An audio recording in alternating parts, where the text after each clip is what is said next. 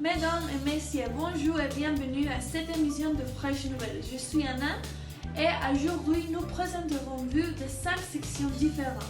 Et rappelez-vous que les Fraîches Nouvelles sont alors tous les temps. Pour commencer, Hine nous parlera de l'événement qui a secoué le monde du féminisme. Bonjour à tous.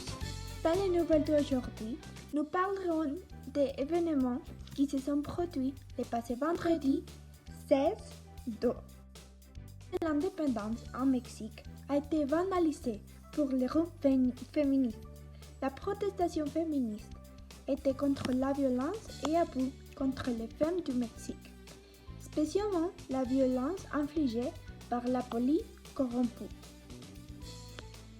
La marche a duré 6 heures et les femmes ont détruit la station de Metrobús, quelques magasins, elles ont brûlé le quartier général de la police et quelques stations d'essence. Il y avait plusieurs blessés, comme le journaliste Juan Miguel Jiménez, qui a été assommé dans la rue. Pendant tous ces événements, la police ne s'est jamais présentée. Comme nous pouvons voir ici, l'Ange de l'Indépendance a été brûlé et les personnes n'ont rien fait.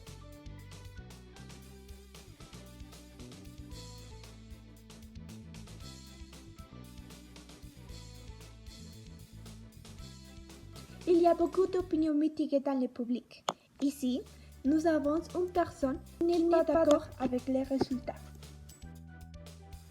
Non. Je crois que ce n'est pas une bonne idée parce qu'à cause des féministes, nous tous allons payer pour tout ça qu'elles ont fait. Non.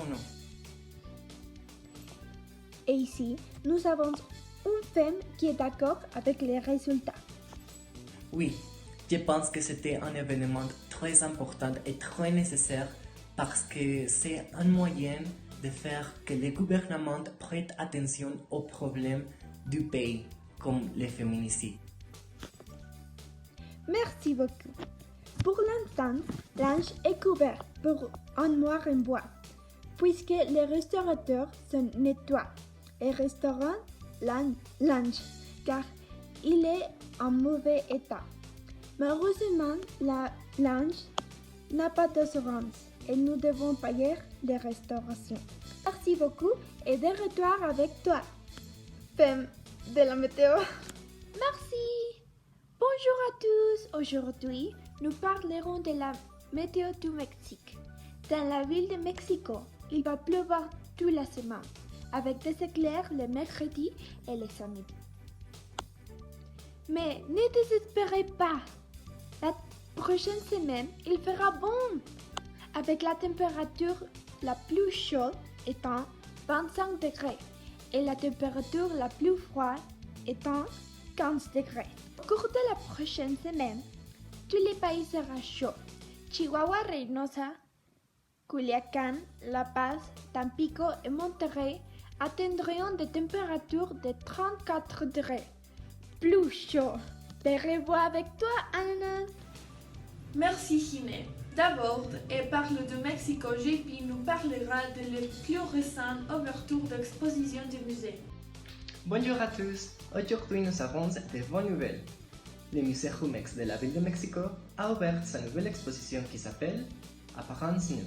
L'exposition a des œuvres plus connues de Marcel Duchamp, l'artiste plus célèbre du surréalisme, et aussi a des œuvres de Jeff Koons, un des artistes les plus controversés.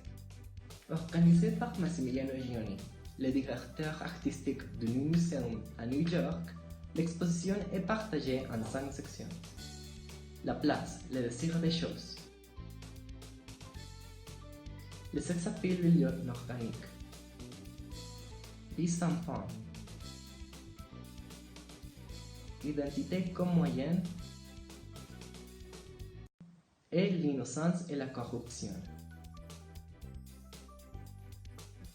Le but de cette exposition est comparer les œuvres de Duchamp, qui parlaient de comment les objets quotidiens peuvent représenter la culture et la sexualité, et les œuvres de Koons, qui exprimaient la philosophie des objets produits en série. Dans le musée, nous pouvons observer la juxtaposition de deux propositions. L'expo à pièces très iconiques comme la ballerine assise,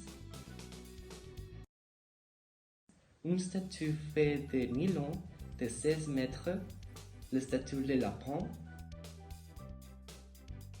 qui s'est devenue polémique par sa prix de 91 millions de dollars, la fontaine, l'urinoir plus célèbre de tout le monde et le ready-made plus connu de Duchamp. Et 5 pièces de la collection Chien de ballon de Kunz. Sans aucun doute, c'est une expérience que vous ne pouvez pas perdre. C'est tout pour aujourd'hui. À la prochaine! C'était plus intéressant et j'espère que vous pouvez aller. À continuation, Bibi nous parlera d'une thématique très polémique pour tous les fans de football. La lutte entre le Barça et le Real Madrid. Les Castillans voulaient profiter des relations difficiles entre les deux clubs pour doubler leurs rivaux, alors que Neymar souhaite rejoindre le Barça. Plusieurs joueurs madrilènes tenteraient de les convaincre de préférer le Real selon ESPN. Madrid n'est pas à sa première tentative. Ils essayaient de faire venir Neymar depuis de ses jeunes années à Santos, mais ont finalement vu les Brésiliens rejoindre Barcelone en 2013. Mais le Real, qui a déjà dépensé plus de 300 millions d'euros en transfert cet été, doit se séparer au moins de Jean Rodriguez et Gareth Bale pour réaliser l'opération. Une offensive qui n'est pas passée inaperçue du côté de Barcelone. En réponse, Lionel Messi a contacté Neymar pour le dissuader de rejoindre le Real selon Marca, qui met en avant les très bonnes relations entre les deux hommes. L'Argentin souhaite reconstituer la MSN, ce trio Messi, Suarez et Neymar, qui a amené le club catalan à la victoire lors de la Ligue des Champions de 2015. La guerre entre le Real Madrid et le Barça pour gagner le footballeur Neymar est continuée parce qu'aucune équipe était d'accord avec les conditions du joueur, car il a demandé 35 millions d'euros pour chaque saison. Aussi, il a demandé un contrat de 5 ans. En autre mot, le footballeur gagnerait 340 millions d'euros. Le journaliste Kim Domenech a dit que le Barça ne céderait pas à l'ultimatum que le PSG a arrangé. Il dit « Les appels et mouvements constamment dans le Barça, ils sont clairs, mais céderont à aucun ultimatum du PSG. Ils ayant convaincu que les Français refuseraient toute nouvelle offre. En échange, ils lui ont demandé à l'entraîneur du Real Madrid, Zinedine Zidane, sur l'arrivée de Neymar, et qui a dit « Je pense que uniquement dans ce que nous allons faire demain. C'est la seule chose à laquelle on devrait penser. » Merci Vivi. À continuation, nous avons une partie spéciale pour bien commencer la semaine et préparez-vous en cas de toute situation. L'horoscope avec Des. Bonjour Michel, comment ça va? Aujourd'hui, je vais vous apporter des bonnes vibrations cosmiques et beaucoup d'amour pour tous avec les horoscopes de cette semaine.